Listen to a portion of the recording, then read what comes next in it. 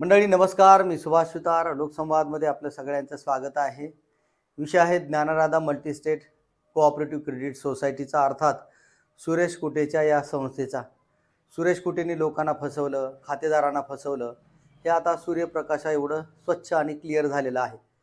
मी नेहमी सांगतो की विश्वास एवढा संपादन करावा विश्वासघात करण्यासाठी. आम्हाला वाटायचं सुरेश कुटे पूर्वपदावर येतील, लोकांचे पैसे देतील, आणि त्यामुळं मीच नाही तर अनेक बीड जिल्ह्यातले पत्रकार, व्यापारी, काही सामाजिक कार्यकर्ते या लोकांनी सुद्धा सुरेश कुटे यांच्यावर विश्वास ठेवला.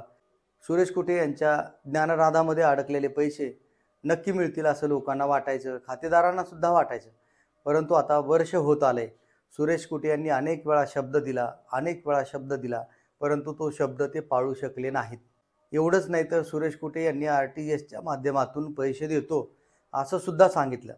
त्याही पलीकडे जाऊन कुटे यांनी असं सांगितलं की आपल्याकडे विदेशी पैसा येणार आहे, म्हणजे आपल्या कंपनीमध्ये विदेशातून पैसा गुंतवणूक होणार आहे आणि त्यासाठी 2,500 कोटीचे फंड्स आपल्याला उपलब्ध होतील आणि आपण लोकांचा पै ना पै 1 रुपयाही ठेवणार नाही, अशी त्यांनी नेहमी खात्री दिली आणि आजही तेच सांगतायत.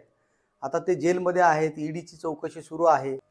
अंमलबजावणी संचालनालय किंवा सक्तवसुली संचालनालय या कार्यालयाचे अधिकारी बीडमध्ये तळ ठोकून आहेत. कुटेची चौकशी करतायत. कुटे बीडच्या कारागृहामध्ये आहेत आणि या कारागृहात जाऊन त्यांनी चौकशी केल्याची माहिती आहे. मूळ मुद्दा हा आहे की कुटे अजूनही त्या विषयावर ठाम आहेत की विदेशातून आपल्याला पैसा येणार आहे आणि मी पैसा देणार आहे. परंतु आता आशा माळवल्यात की काय, असा प्रश्न आता खातेदार विचारतायत. ज्ञानराधा मल्टीस्टेट क्रेडिट कोऑपरेटिव्ह सोसायटीच्या महाराष्ट्रात आणि महाराष्ट्राच्या बाहेर काही शाखा आहेत. या शाखेची संख्या 50-60च्या घरात आहेत आणि आज रोजी या शाखा बंद आहेत. बीड जिल्ह्यातली एकही शाखा सुरू नाही. विशेष म्हणजे आता सुरेश कुटे आणि त्यांची कंपनी आता चौकशीच्या फेऱ्यात आहे. पोलिसी ससेमिरा आहे, ईडीची कारवाई सुरू आहे आणि असं असताना त्यांचं मुख्य कार्यालयसुद्धा बंद आहे.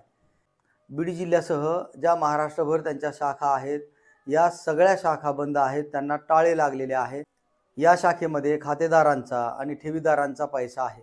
हजारो कोटींच्या ठेवी आहेत. लोकांना 1 रुपयाही दिला जात नाही. वर्ष झालं लोकांना नुसता शब्द दिला जात होता, परंतु आता ज्या माणसानं शब्द दिला म्हणजे ते सुरेश कुटे, अर्चना कुटे हे आता कुठेही दिसत नाहीत. अर्चना कुटे बाहेर असल्या तरी सुरेश कुटे हे जेलमध्ये आहेत.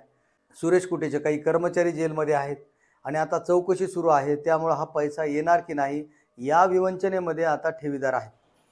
सरकारची भूमिका यामध्ये महत्त्वाची राहणार आहे. राज्य आणि केंद्र शासनानं दखल घेतलेली आहे. काही खासदार, काही आमदार सरकारांशी बोलतायत, राज्य सरकारशी बोलतायत, केंद्र सरकारशी बोलतायत आणि सुरेश कुटेच्या कंपनीकडं म्हणजे Dnyanradha multi-state cooperative credit society या संस्थेकडे जी मालमत्ता आहे, जी स्थावर मालमत्ता आहे किंवा जी काही कॅश आहे आणि त्याचबरोबर सुरेश कुटेच्या ज्या कंपन्या आहेत, या कंपन्या राज्यभर विखुरलेल्या आहेत. या कंपन्याकडे असलेली स्थावर मालमत्ता ही आता जप्त करण्यात आलेली आहे. ही जी मालमत्ता जप्त केलेली 5,500 कोटीच्या घरात आहे आणि लोकांचे जवळपास 4,500 कोटी रुपये ज्ञानराधा मल्टीस्टेट क्रेडिट सोसायटीकडे आहेत. आता हा पैसा सरकार देणार आहे लोकांना. आता सगळ्यात महत्त्वाचं काय आहे की कुटेच्या संस्थेवर तातडीनं प्रशासक यायला पाहिजे आणि सरकारने ही संस्था ताब्यात घ्यायला पाहिजे. स्थावर मालमत्ता आहे ती विकायला पाहिजे आणि विक्री करून जो गोरगरिबांचा पैसा आहे, मग तो पैसा समजा कोणाचे 100 रुपये असतील तर त्या खातेदाराला, त्या गुंतवणूकदाराला ही जी संपत्ती आहे ती विक्री करायची आणि विक्री झालेल्यातून जो पैसा येणार आहे त्यामधून मग गोरगरीब लोकांचे, समजा एखाद्याचा 100 रुपये असेल, ज्ञानराधामध्ये एखाद्याचे 50 रुपये असतील, तर या लोकांना अर्धी रक्कम जरी मिळाली तरी ही लोक समाधानी होतील. कारण आज रोजी कुटेकडे 1 रुपया द्यायला नाही. कुटे आजही सांगतात की विदेशातून 2,500 कोटी रुपये येणार आहेत, परंतु हे पैसे येणार नाहीत असं आता लोकांना सुद्धा कळून चुकलेलं आहे. त्यामुळे राज्य आणि केंद्र सरकारची जबाबदारी आहे. गोरगरिबांचा पैसा आहे, खूप मेहनतीनं कष्टानं कमावलेला हा पैसा आहे. विशेष म्हणजे हा पैसा अनेकांच्या आरोग्याला कामाला यायला हवा होता. मेहनतीनं कमावलेला पैसा, त्याचबरोबर निवृत्तीच्या काळामध्ये आपल्याला हा पैसा उपयोगी येईल अशा काही अधिकाऱ्यांचा, कर्मचाऱ्यांचा पैसा ज्ञानराधामध्ये गुंतलेला आहे. हा पैसा आपल्या आरोग्यासाठी कामाला येईल, आपल्या प्रपंचात कामाला येईल असं काही लोकांना वाटायचं, परंतु काहींचे बळी गेले. एका कर्मचाऱ्याचा हृदयविकारानं मृत्यू झाला. त्याआधी त्याला या पैशाची गरज होती, परंतु हा पैसा कुठे देऊ शकले नाहीत. बीड जिल्ह्यातल्या गेवराई तालुक्यातील एका मायमाऊलीने असाच जीव सोडला. या माऊलीला सुद्धा ज्ञानराधामध्ये असलेला पैसा घेता आला नाही, सुरेश कुटेने तो दिला नाही आणि त्यामध्ये त्या माऊलीनं आपला देह ठेवला। सुरेश कुटेने जो पैसा जमा केला तो ज्ञानराधामध्ये आणि त्याच्या कंपनीमध्ये गुंतवला, मात्र हा जो पैसा आहे तो त्यांनी काढला आणि विदेशामध्ये गुंतवलाय अशी माहिती येते। आणि त्यामुळे आता ईडी या दृष्टीने चौकशी करते की परदेशात पैसा त्यांनी कसा नेला आणि त्यातली त्यात कोठडीत असलेले सुरेश कुटे पुन्हा पैसा येणार आहे, 2,500 कोटी रुपये आपल्याला कंपनी देणार आहे, विदेशातली ही कंपनी आहे आणि हा पैसा आपल्याला मिळाला की आपण ते पैसे लोकांना देऊ असं आज कुटे सांगतायत। परंतु वर्षभरामध्ये त्यांनी 1 रुपया लोकांना दिलेला नाही, ही मात्र बाब क्लिअर कट झालेली आहे। आणि त्यामुळे आता गेल्या 3-4 दिवसापासून कुटेची चौकशी केली जात आहे। कुटेच्या सगळ्या संस्था आता सील झालेल्या आहेत, जप्त झालेल्या आहेत। हा जो स्थावर पैसा किंवा जे काही कॅश असेल ती आता सरकार जमा होईल, परंतु तातडीने यावर कारवाई होणे गरजेचे। वर्षभरापासून लोक ताटकळत बसलेले आहेत, लोकांना हा पैसा हवा आहे आणि तो पैसा आता राज्य आणि केंद्र सरकारने द्यावा अशी आता मानसिकता लोकांची झालेली आहे आणि ही मानसिकता रास्त आहे। शेवटी सरकार मायबाप आहे आणि आता हे मायबाप नेमकी काय भूमिका घेतं याकडे आता लक्ष आहे। ज्ञानराधाच्या महाराष्ट्रभर जवळपास 50-55 शाखा आहेत।